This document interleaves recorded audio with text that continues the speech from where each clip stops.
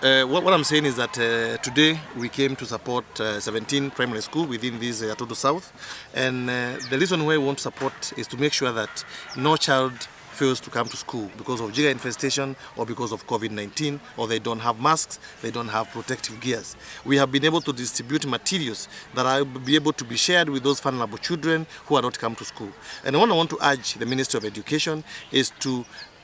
do a lot of emphasis on the need to have every child who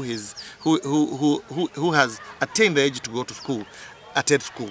We have so many children in this country that are not in school because of one or two issues. And I want to ask the chiefs, the administration, and community health workers, or anybody else, if you find a child who is not in school, I think it's a high time that you report that parent or whoever or the guardian to the nearest educational office, because we must insist on every child on going to school. There are so many reasons why maybe they do not go to school, but I think it's a high time that people should know that apart from having free primary education, the education is also compulsory. And any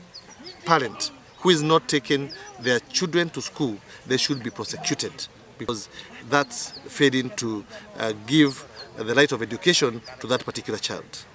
Ndaheana matagi mamai, ndaheana masks, ndaheana sanitary towels, ndaheana dawa cia dutu, ndaheana basins, ndaheana indo ciothe cia kurigiriria dutu na kurigiriria COVID-19.